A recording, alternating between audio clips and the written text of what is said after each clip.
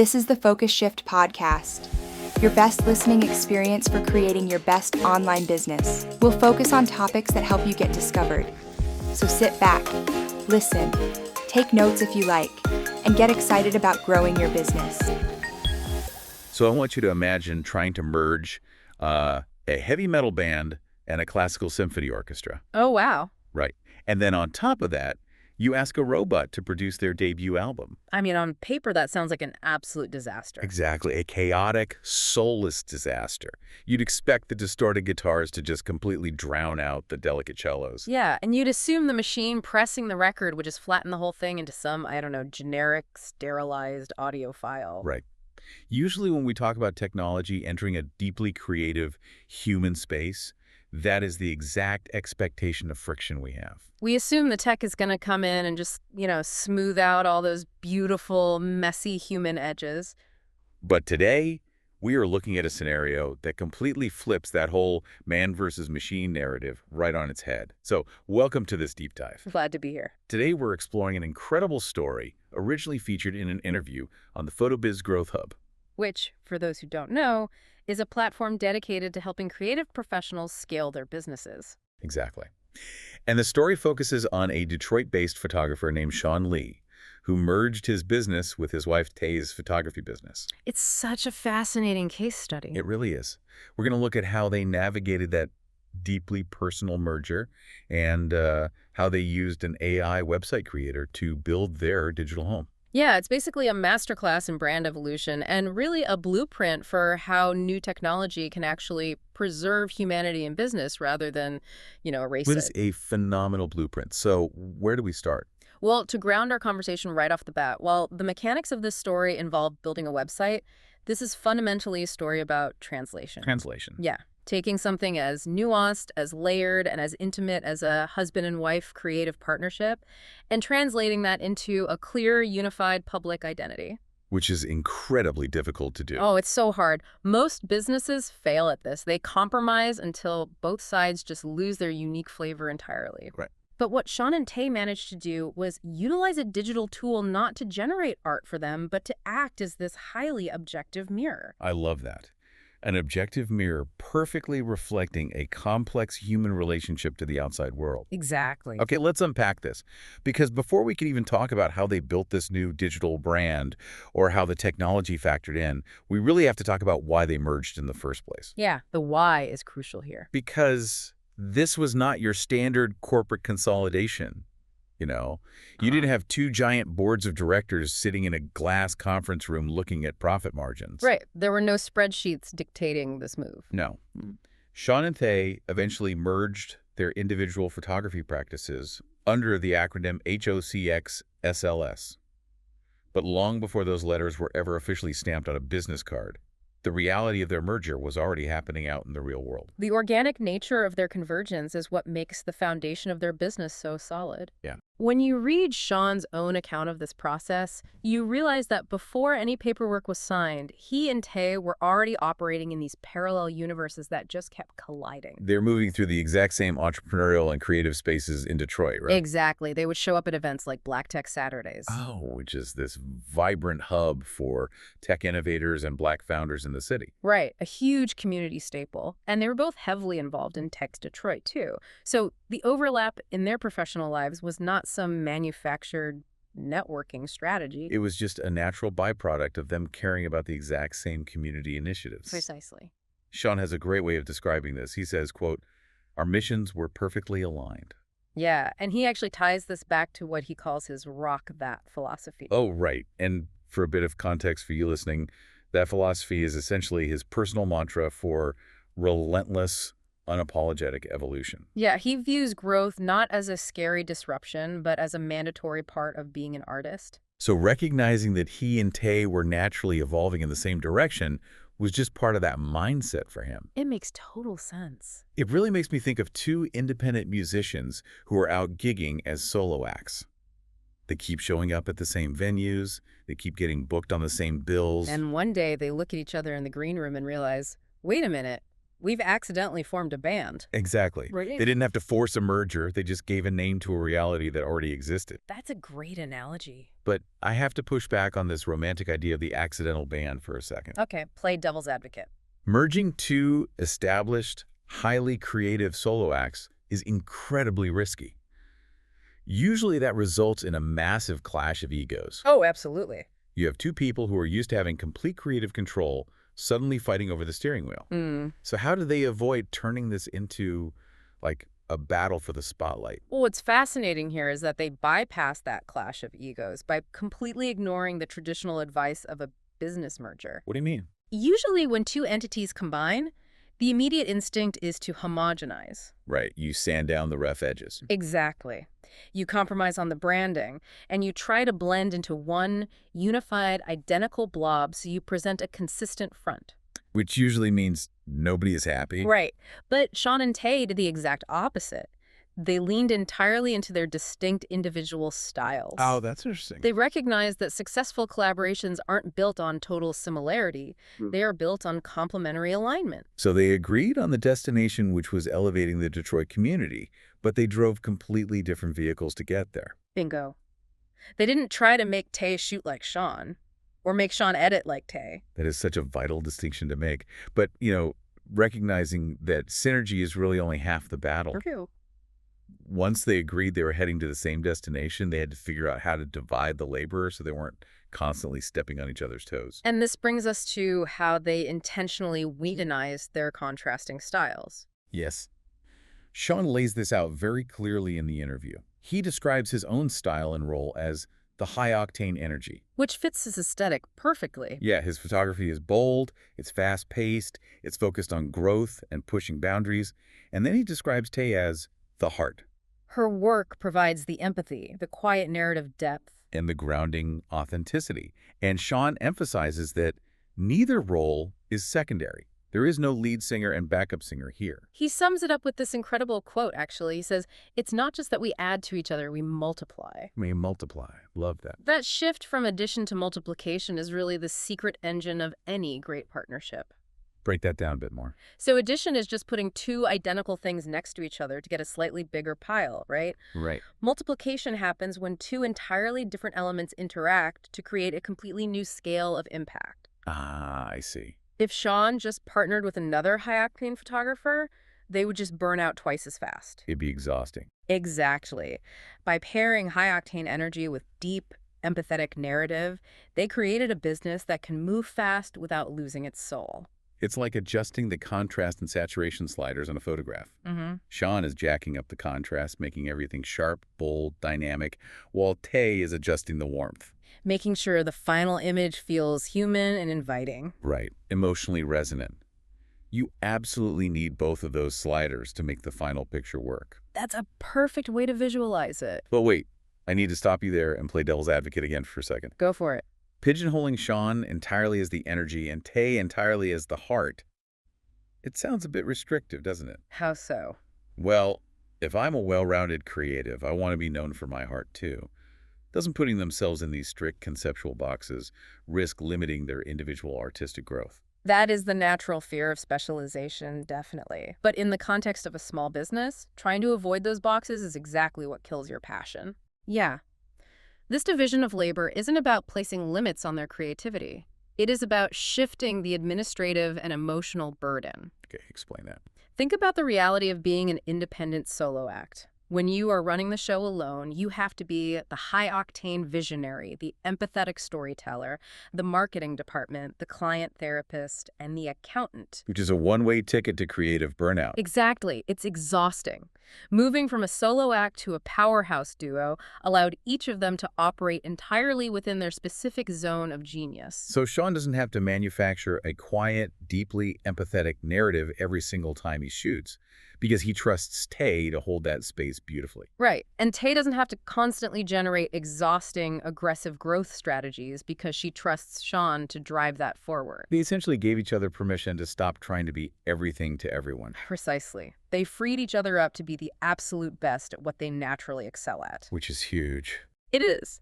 But once you establish that kind of beautiful internal dynamic, you immediately face the next major hurdle. Translating it to the public. Right. Having perfect internal synergy is great for your own mental health, but it is completely useless for a business if the outside world cannot actually perceive it. If a potential client lands on your portfolio and just sees a confusing, disjointed mess, they aren't going to hire you. Regardless of how great your internal communication is. Exactly.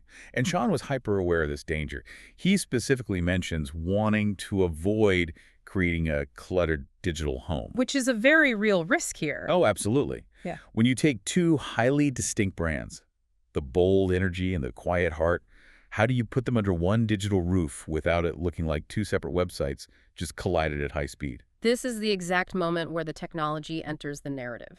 To solve this visual translation problem, Shawn utilized the PhotoBiz AI website creator to redesign their site. Now, here's where it gets really interesting. Because earlier, we talked about the stereotype of artificial intelligence. Right, the robot producer. Yeah. We are so conditioned to view AI as cold, robotic, and generic. We think of it as the tool that churns out those stiff, lifeless corporate emails. Or weird, glitchy images. Exactly. But in this scenario, an AI tool essentially acted as an objective digital couples counselor for their brand identity. That's a brilliant way to put it. And Shawn was completely floored by the results. He doesn't even talk about the speed or the automation in the interview.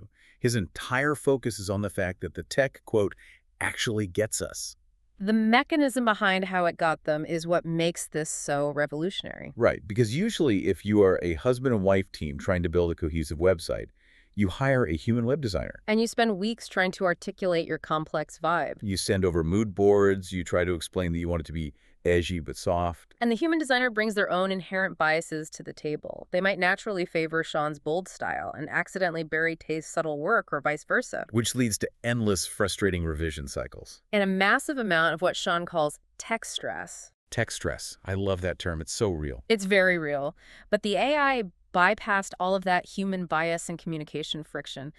It acted as an entirely objective third party. Because it doesn't have an ego. Exactly. When they fed their visual assets into the system, the AI didn't care about their marital dynamics or who was the louder voice in the room. It simply analyzed the visual data. Yes, the sharp, high-contrast grit of Shawn's portfolio and the warmer, softer storytelling of Tay's. And through its algorithms, it instantly mapped out layouts that mathematically balanced both visual weights.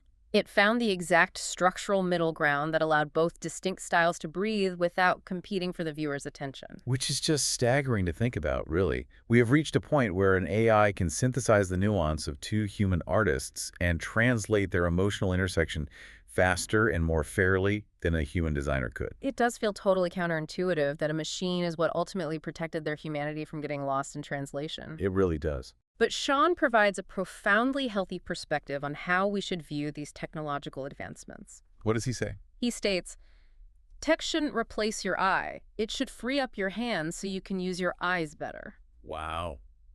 Tech shouldn't replace your eye. It should free up your hands so you can use your eyes better. That is a principle that applies way beyond photography. Absolutely. If we connect this to the bigger picture, the AI in this story didn't create the art. It didn't take a single photograph. And it certainly didn't invent the bond between Shawn and Tay. No. What it did was act as a machete, clearing the logistical brush out of their path. So by removing the friction of coding, formatting, and agonizing over pixel placement, the technology simply removed the barrier between what they felt in their hearts and what actually appeared on the screen. Precisely. So with the digital home finally built and the visual weight of their two styles perfectly balanced by the AI, the ultimate test was the launch. Right. When they finally opened the digital doors, how did the real world respond? Exactly. How did the audience respond to this newly translated identity? Well, the response from the outside world basically validated the entire process. The finished site successfully presented a unified flow. So a visitor experiences Shawn's high-impact visuals sitting seamlessly alongside Tay's deeply reflective moments. Right. Shawn describes the final aesthetic perfectly. He says, "It feels like Detroit. It's got the grit, the tech, but it's got a huge heart." You know, Detroit isn't just a backdrop for them, it is a character in their story. Very much so. And because their digital identity finally matched their internal reality, the actual nature of their daily business began to fundamentally shift. Shawn notes that since launching the new brand, they are no longer hyper-focused on the sheer volume of inquiries they get. The metric for success shifted from volume to intentionality. Yes. The clients reaching out to them now aren't just scrolling through a generic directory looking for someone to snap a quick, cheap headshot. They're connecting with the specific story of HOCX SLS. They understand the underlying why of the brand. And because they are attracting clients who value that depth, Shawn and Tay have been able to lean heavily into their true passion. Which is impact and legacy. Exactly. They are hosting workshops. They are engaging directly with community leaders. Shawn says that at this point, they aren't just taking photos anymore. They are, quote, documenting a whole renaissance together. That specific phrase, documenting a renaissance, it really illustrates a massive evolutionary leap. How so? They have moved from viewing their camera as a tool for isolated transactional events like a single wedding or a single portrait session, Right. to viewing it as an instrument for recording the ongoing historical revival of their entire community. So what does this all mean for you listening right now? To put it in a different context, it is like a local chef who decides to take down the giant, generic food inside sign on their restaurant. Okay, I like this. And they replace it with a highly curated, deeply personal tasting menu. Right. Sure, you might lose the tourists who are just walking in off the street looking for a quick, thoughtless bite. But the diners who do make a reservation, they are showing up specifically for your vision and your artistry. Exactly. You filter out the noise. But this makes me wonder, is aiming to document a renaissance and focusing on your legacy a luxury? What do you mean? Well, is that something only established, successful creatives like Shawn and Tay can afford to think about? Or is that a mindset you have to adopt from day one? This raises a really important question about the timeline of success. And toward the end of the interview, Shawn addresses this directly when giving advice to other photographers and business owners. What's his advice? His mandate is simple. Don't be afraid to grow. Don't be afraid to grow. Yeah, very often it is the fear of the work that keeps people trapped in a transactional mindset. Because rebranding is hard. Merging is hard. Articulating your value is hard. So people stay small because it feels safer. That makes a lot of sense. But Shawn's trajectory proves that legacy is not a luxury reserved for the end of your career. It is the natural byproduct of doing authentic, aligned work over a long period of time. So when you do the hard work of making sure your external presentation matches your internal truth, you naturally stop chasing individual cheap transactions. Exactly. If you don't adopt that mindset early on, you will never build the kind of foundation where a legacy is even possible. That is a phenomenal takeaway, and it really brings this entire journey perfectly full circle. It does. We started by looking at Shawn and Tay, recognizing a natural, organic synergy. They were moving through the same spaces in Detroit, driven by the same mission to elevate their community. And when they realized they were in the same vehicle, they didn't fight over the steering wheel. Right. They embraced their contrasting styles. They utilized Shawn's high-octane energy and Tay's empathetic heart to multiply their impact. Shifting the burden of entrepreneurship, so neither had to face burnout alone. Then, when it came time to translate that complex dynamic to the public, they didn't let technology sterilize their humanity. They utilized an AI website creator, not to do the creative work for them, but to act as an objective translator. The tool balanced their visual weights without the bias of a human designer, completely bypassing the usual tech stress and endless revisions. Which ultimately removed the friction from their daily operations. It allowed them to elevate their business from merely taking photographs to intentionally documenting the ongoing renaissance of Detroit. Building a brand entirely focused on legacy and community impact. It is a brilliant example of what happens when you refuse to let fear stall your evolution. Absolutely. But as we wrap up this deep dive, we want to leave you with one final thread to pull on. Earlier, we highlighted Shawn's observation that technology should free up your hands so you can use your eyes better. Consider this. If a magical tool suddenly appeared tomorrow and completely eliminated all the logistical friction, all the administrative busywork, and all the tech stress from your daily life, Completely freeing up your hands. what exactly would you be looking at? Yeah. What personal renaissance in your own world, your own community, or your own business are you currently missing out on documenting simply because your hands are too full of busy work to hold the camera? Let that sit with you for a while. We want to thank you so much for joining us on this deep dive into Shawn and Tay's remarkable story of partnership and translation. Remember to stay curious, keep looking for those unique intersections where humanity and technology can actually elevate one another, and above all else, never be afraid to grow. We will catch you next time. The Focus Shift podcast is presented by PhotoBiz, the best website solution for photographers. Whether you're launching your site or scaling your online business, PhotoBiz has your back. To get started for free, visit photobiz.com today.